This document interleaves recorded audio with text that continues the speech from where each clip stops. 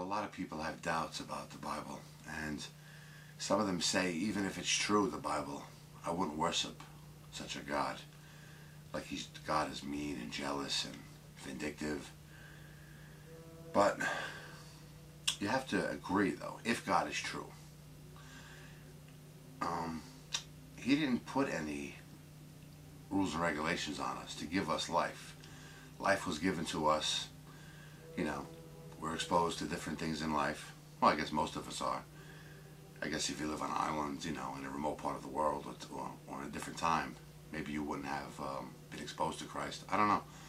But we certainly all are exposed to religion and stuff.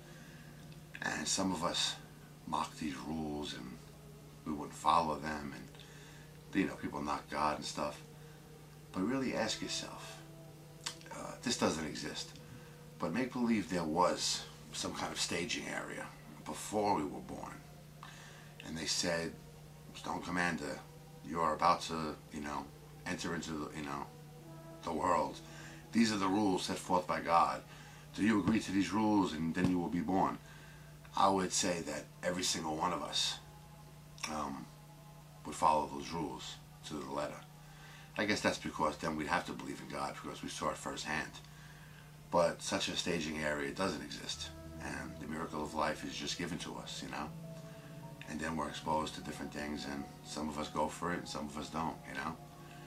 A lot of people don't like the Bible because they you know, they see contradictions in it. Like some people say God is all-knowing, but then you can make the point where, like, just one example, like, if that's true, then why would God have asked Abraham to sacrifice Isaac? Now, if he's all-knowing, then he knows that he is going to do it, and God's going to step in and stop him. But why even put the man through that? I mean, asking a man to kill his own son, that's like, you know, I love God, but if I heard a voice in my head and I thought it was God, he said to kill my family, I'm sorry, but I wouldn't do it. I don't care what. If I was hearing that kind of voice in my head, I would not assume it's God talking to me. I would assume it's Satan, or I'm going Looney Tunes, you know, even beyond what I am already. But that's like a crazy thing, you know, to kill your own son. People also, they say like, well, if God is true, then how come bad things happen to good people? And I may have said this in older videos, I don't even remember. But if heaven is true, the promise of heaven is true, then you have to realize that you can die the most horrible death imaginable, being cut to pieces over a 3-week period, you know what I'm saying? Eaten by a grizzly bear, flattened by a steamroller, you know? Those horrible deaths are absolutely nothing compared to the promise of heaven, if it's true. You understand? Of course you're going to be suffering, it's going to be a horrible fate, but if heaven is true, I guess once you're in heaven, that'll just seem as a nightmare or something.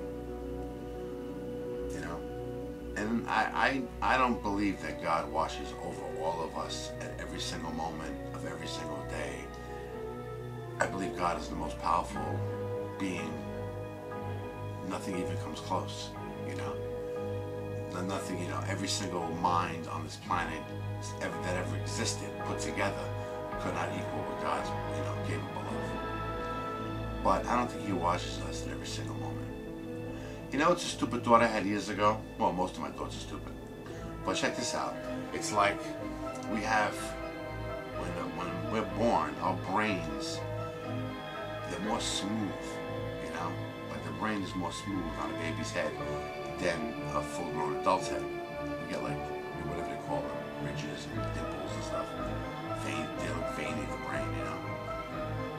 But you wonder, like, is there a purpose to that?